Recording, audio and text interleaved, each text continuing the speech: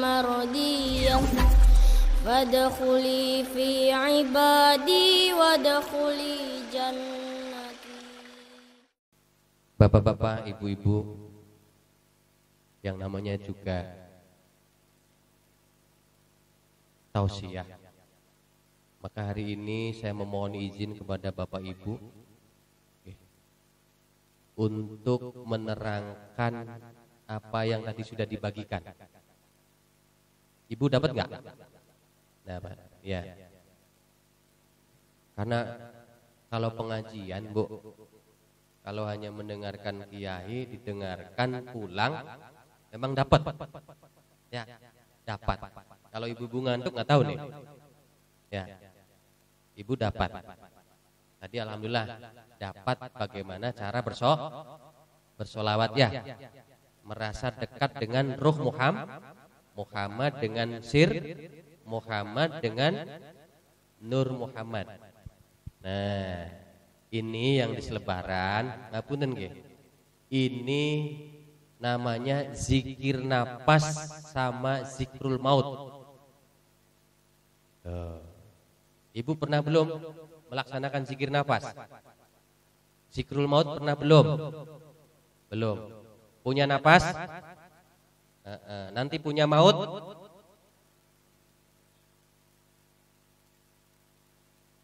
Ya.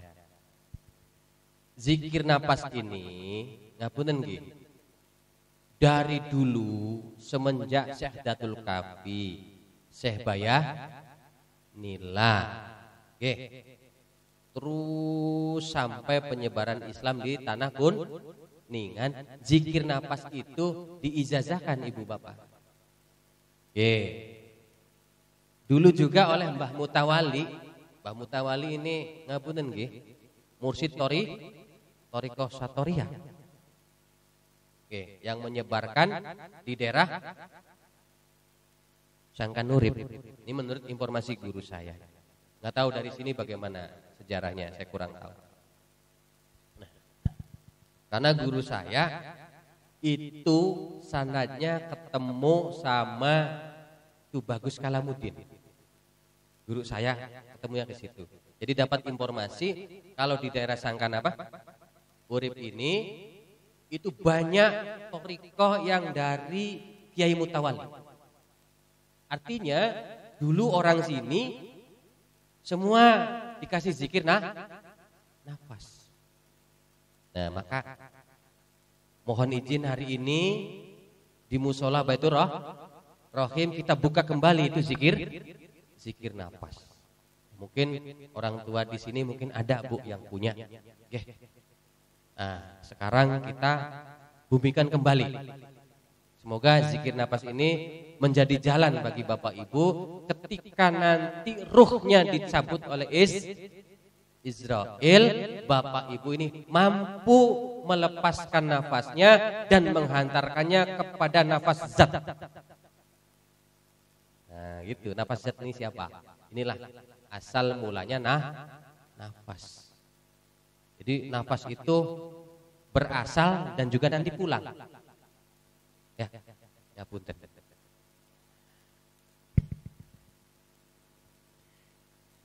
Dulu ketika kita sudah dikasih kodrat sama Allah waktu di alam arwah,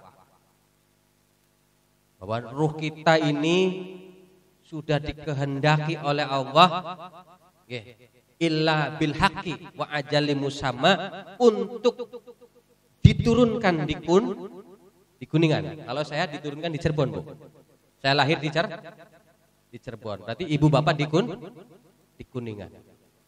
Nah, ketika ruh jenengan itu masuk ke dalam tubuh jenengan ketika umur 4 bulan di alam kandungan ibu jenengan,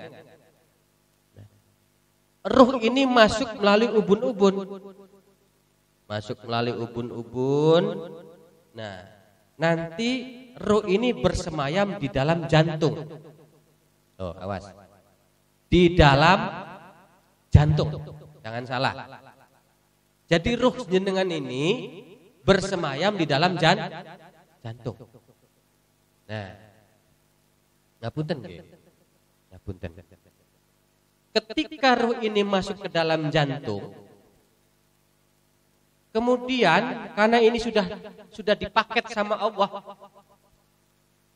dari ruh ini muncul namanya arih. Namanya arih. Arih ini angin gaib yang nanti untuk mengunci agar ruh ini berdiam di dalam jantung. Nah, muncul arih.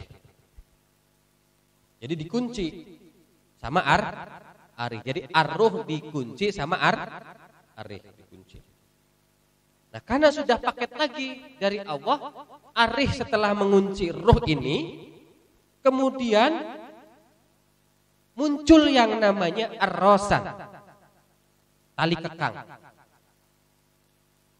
Dan ini nanti ditalikan di pusar, di tali pusar. Nah, dan alhamdulillah dari paket yang Allah sudah tanamkan di dalam ruh, ada arih sama arosan, ruh kuat bersemayam di dalam jantung. Nah, dan nanti ketika ruh ini dipulangkan sama Allah, berarti prosesnya itu dari arosan dulu. Ya, dari arosan dulu yang ada di pusar. Nah, nanti orang yang mau meninggal itu biasanya pusarnya sedikit ketarik. Sudah pernah pegang orang yang meninggal? Ibu bapak pusarnya? Belum. Nah, itu sedikit ketarik ya pusarnya ya. Lah ini menandakan arosannya sudah diputus. Kalau sudah diputus, nanti dibuka arihnya itu. Yang mengunci ruh di dalam jantung dibuka oleh Israel, dan kalau sudah dibuka ruh keluar. Begitu Ibu Bapak.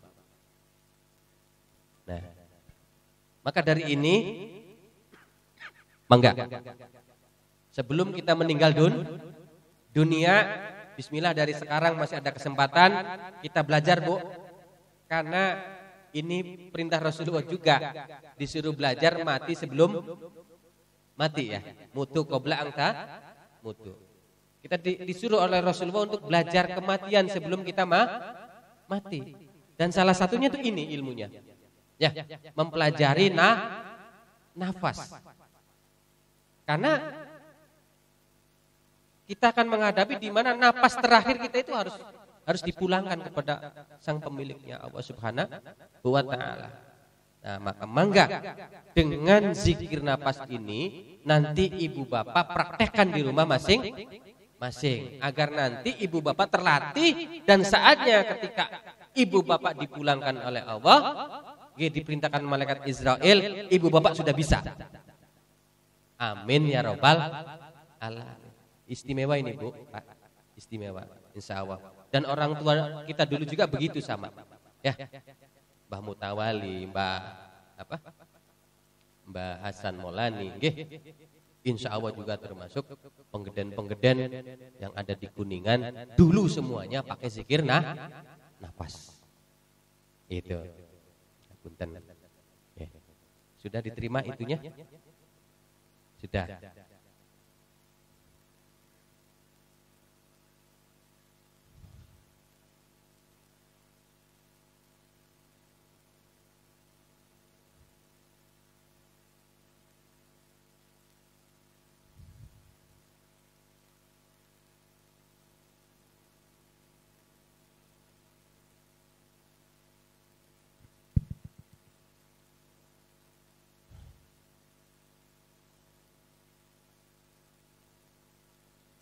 Jadi dulu orang tua kita ketika beliau ini sakit tua ya. Nah, karena dulu diajarkan sama guru-gurunya itu nanti yang terakhir itu zikirnya adalah zikir nafas. Karena napas ini akan menafi isbatkan kepada Allah. Maka orang yang sakit tua itu zaman dulu selalu zikir napas, bapak-bapak, ibu-ibu. Menunggu Israil datang. Jadi yang dikerjakan itu zikir napas sampai Israil datang. Begitu. Karena terakhir ketika ruh ini dicabut, napas juga ikut tercabut juga. Nah, maka dulu itu begitu. Orang yang sudah sakit tua biasanya yang dikelola itu zikir napas. Ya punten. Bukannya nanti ibu bapak nanti sakit tua atau begini, bukan. Ini hanya untuk pengetahuan saja bahwa dulu orang tua terakhir itu dizikir apa? Napas.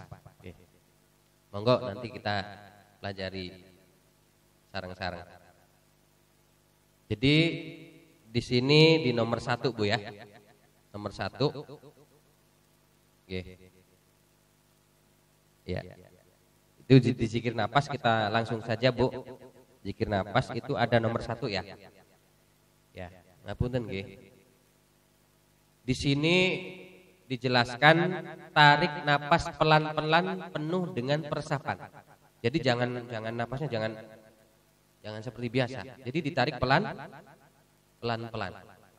Ya, ditarik pelan-pelan, baca la ilaha illallah. Keluarkan napas pelan-pelan juga, baca la ilaha illallah. Nah, saat nafas masuk, tadi tarik napas tadi, pusatkan perhatian pada napas. Jadi pusatkan pada napas yang sedang masuk. Sambil niki menafi isbatkan.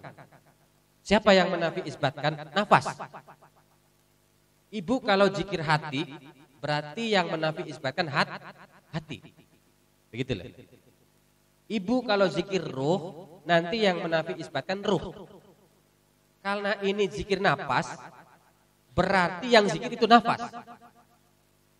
Kok bisa begitu, Kang? Ya, napas bisa berzikir.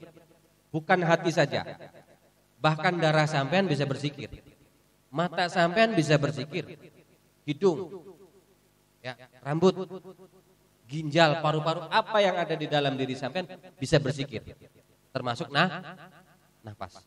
Jadi nafas bisa berzikir. Ngapunten nggih.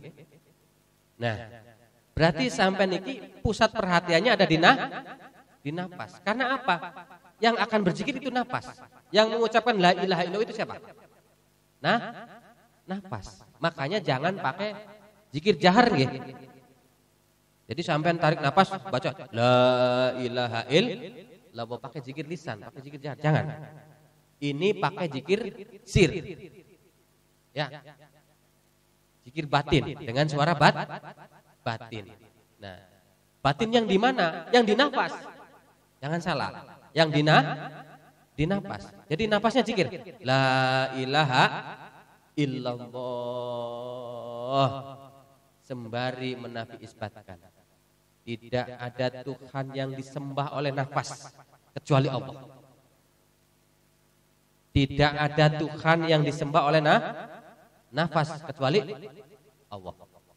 Nah niku la ilaha illallah, nafas yang zikir, kemudian nafas menafi isbatkan. Tidak ada Tuhan yang disembah oleh nafas kecuali Allah. Betapa luar biasanya kalau nafas ibu bapak sudah berzikir la ilaha illallah. Masya Allah. Masya Allah. Masya Allah. Nafas yang jenengan berzikir. Semoga saja nanti sampai nafas terakhir jenengan nafasnya la ilaha illallah. Tanpa ada halangan, tanpa ada rintangan. Nah, kemudian yang kedua, tarik nafas pelan-pelan lagi, baca illallah. Siapa yang berzikir? Nafas. diisbatkan oleh nafas. Jadi nafasnya yang mengisbatkan, menetapkan. Illallah, maksudnya apa di sini? Illallahnya oleh nafas. Hanya Allah yang dituju oleh nafas. Keluarkan lagi, illallah, hanya Allah yang dituju oleh saya, maksudnya nafas. Nah, kemudian yang ketiga, tarik nafas, baca Allah, keluarkan, baca Allah. Nafas zikir Allah sambil mengisbatkan tiada Allah kecuali Allah. Allah adalah Allah. Jadi mengisbatkan tiada Allah kecuali Allah. Tiada Allah, yaitu Allah. Artinya tidak ada siapa-siapa. Allah yang ada. Diisbatkan oleh nafas. Nah, baru keempatnya. Tarik, baca.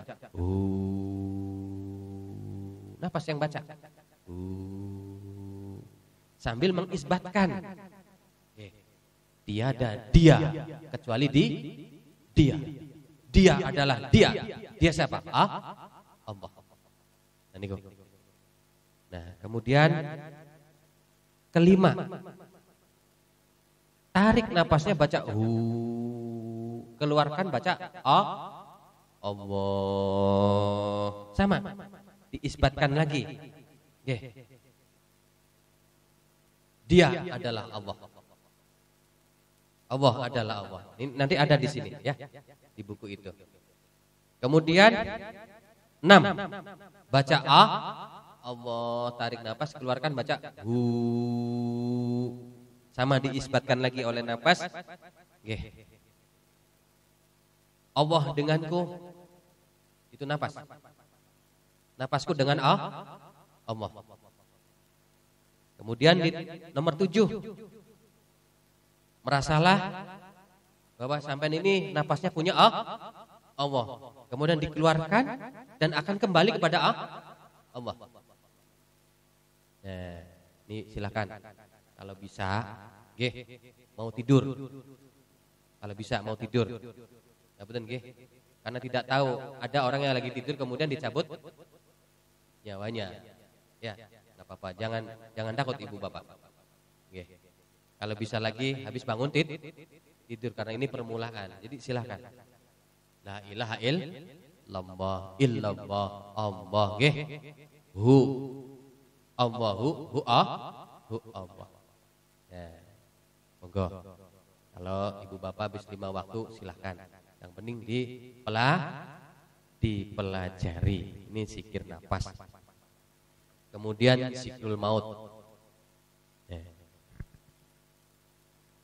Namanya manusia ibu bapak, itu semuanya itu tahu kalau dia mau mati.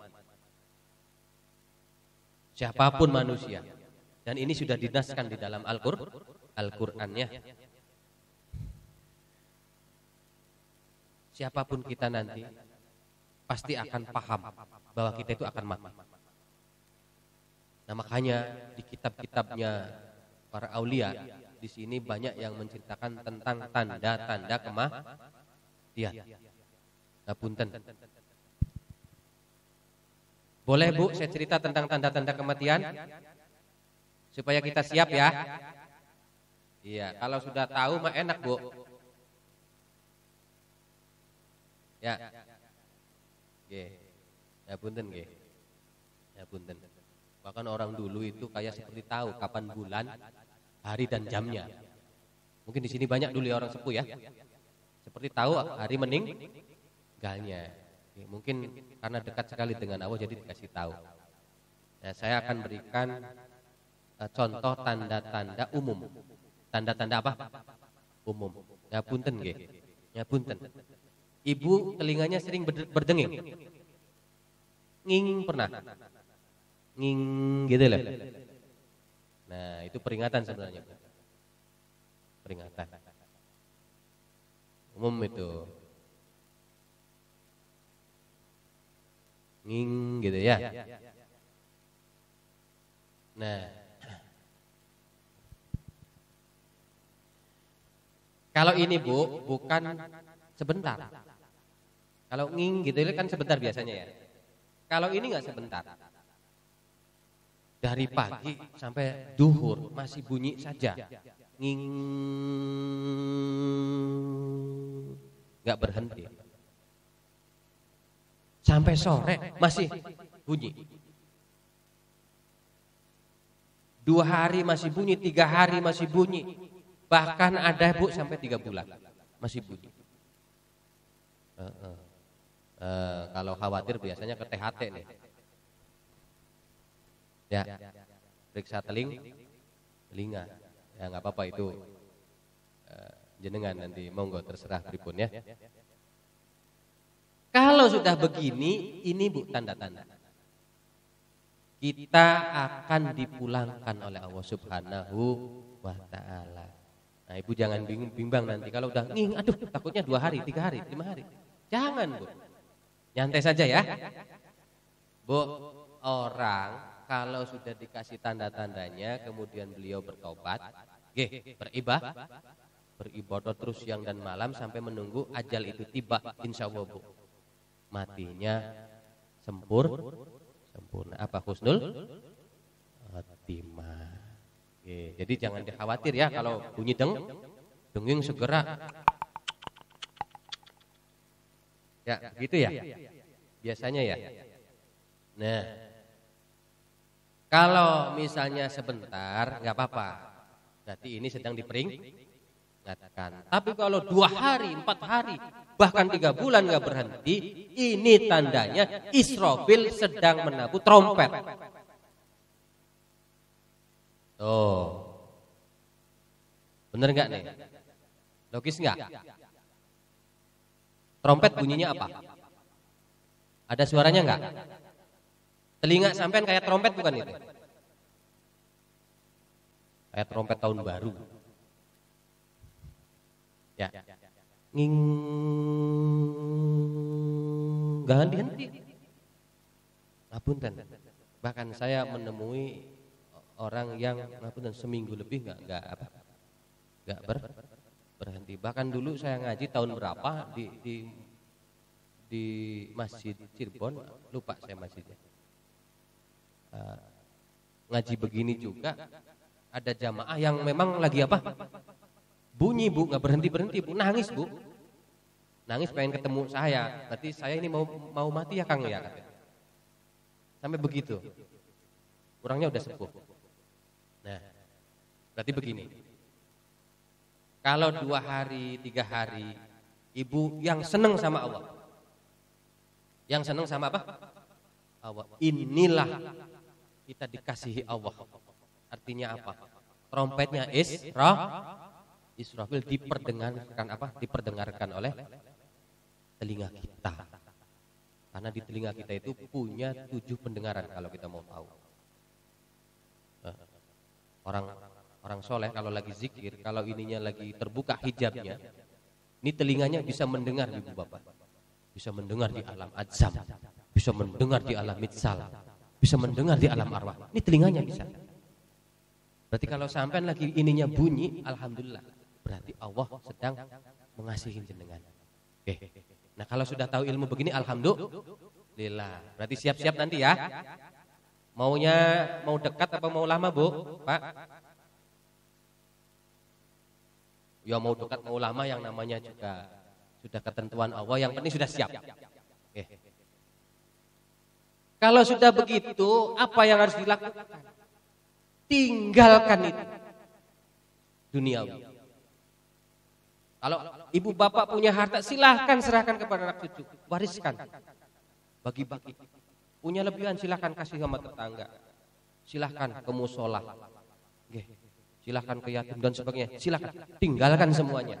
Karena sudah tidak ada waktu untuk mengurus dunia. Ya, jadi apa Kang? Udah ibadah yang rajin. Ibadah yang rajin. Kalau ibu bapak nging sudah sebulan, udah. Tinggalkan itu semua. Kang kalau baru 3 minggu gimana? Itu dekat dengan sebulan. Kalau baru 3 hari gimana Kang? Terserah jenengan. Ya, yang penting ini kita bahas ya. Nah, ini masalah zikrul maut Bapak Ibu. Ibu Bapak silakan ibadah, siang malam silakan ibadah. Ayo ngaji Quran. Ayo sedekah, ayo apa, semuanya ibadah. Menebus kesalahan sebelum kita meninggal dunia itu wajib hukumnya. Sesudah begitu ibu bapak jangan heran. Kalau yang tadi warnanya merah, warnanya hijau, warnanya coklat berubah jadi kuning. Kuning. Bahkan semuanya kuning. Langit pun kuning, apapun kuning. Apa bisa jadi kuning? Israel sudah mau dekat.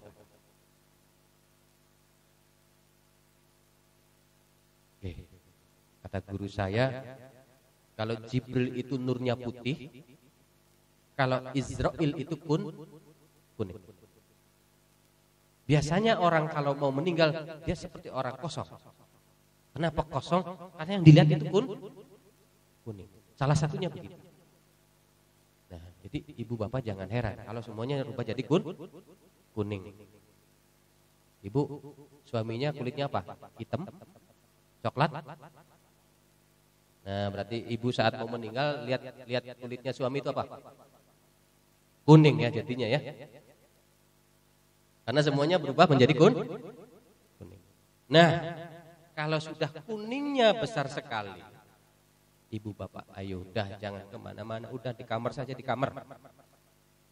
Oke, di kamar, mau di musola silahkan, mau di masjid silahkan di kamar. Atau di mana silahkan. Monggo. Zikir. Dan kata orang tua dulu, mangga zikir apa saja, dan nanti yang dikerjakan itu salah satunya adalah zikir apa? Nafas. Dah. Kemudian kuning, lemes. Tidak ada yang lainnya kecuali lemes ibu bapaknya, lemes. Nah, kalau ibu bapaknya la ilaha illallah sudah terlatih, insya Allah Israel potong arosan itu gampang. Kenapa gampang? Karena sudah mempersiapkan. Saya paham, berarti saya mau pulang. Mau dipulangkan sama Allah, ya sudah ikhlas. Biasanya kalau orang mau meninggal, yang menolak itu siapa? Pikirannya Bu, yang nolak. Karena mikirin hal segala macam gitu. Nanti sajalah, anak masih kecil-kecil, utang apalagi masih banyak ya. Iya. Ada lagi yang kacau, dendam belum terbalaskan. Wah, ini sangat kacau ini. Kedua yang menolak itu hati. Karena di dalam hati itu tempatnya nafsu. Jadi nafsu sampean itu bersemayam di dalam hati. Ada 7 lapisan, lawama, amarah, sufiyah, mutmainah ya. Rodiyah, mardiyah, kamilah. Jadi di hati. Nah, nafsunya menolak dengan berbagai macam. Ya. Sementara ruh tidak menolak. Karena ruh sangat senang jika kembali kepada Allah. Jadi kalau jenengan ketika meninggal itu senang, berarti itu ruh kesadarannya. Kalau jenengan mau meninggal itu apa? Enggak senang, bahkan menolak, itu nafsu. Nah, maka disinilah mangga. Ketika jenengan lemes, ya sudah, enggak ada yang lain. La ilaha illallah, sampai terakhir diputus oleh apa? Malaikat Israel apa? Arih ya.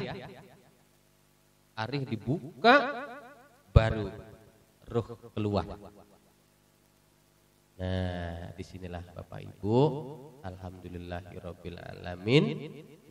Dengan penjelasan zikir ini, zikir nafas menjadikan Bapak Ibu ini ada kegiatan tambahan, nggih. Nah, nanti di sini diterangkan tentang zikir maut. Zikir maut itu nanti Bapak Ibu baca di rumah karena waktunya sudah apa? Malam. Nah, nanti silakan dipelajari, itu ada penjelasannya. Nah, yang penting pada malam hari ini kita mendapat 3 berkat. 1, sholawat yang memang benar-benar harus tulus ikhlas tersampaikan kepada Rasulullah, tidak ada embel-embel lainnya. Tidak ada embel lainnya. Tulus ikhlas ini perintah Allah untuk menyampaikan sholawat. Monggo baca sholawat 2, dapat yang namanya zikir nafas. 3, dapat yang namanya zikrul maut. Dan yang umum tadi tanda-tanda kematian. Kalau sudah Israfil membuka apa? Trompetnya membuka. Mangga silakan, tidak ada jalan lain kecuali ibadah siang dan malam kepada Allah sembari menunggu Israel datang mencabut nyawa kita. Dengan acara ini, dengan 3 bungkusan tadi menjadikan kita makin lebih terarah. Apalah usaha kita siang dan malam. Harta kita kumpulkan. Tapi ketika kita meninggal, kita langsung tidak ada pemberitahuan. Nyata? Apalah artinya? Tapi walaupun kita sederhana, ekonomi kita sederhana, hidup kita sederhana, tapi kalau Allah ridho dikasih tahu, tanda-tanda kematian menjadikan kita siap terus, ayo siap terus ibadah, siap tiada lain kecuali ibadah kepada Allah, dan akhirnya kita dimatikan dalam keadaan husnul khatimah. La ilaha illallah. Alhamdulillah.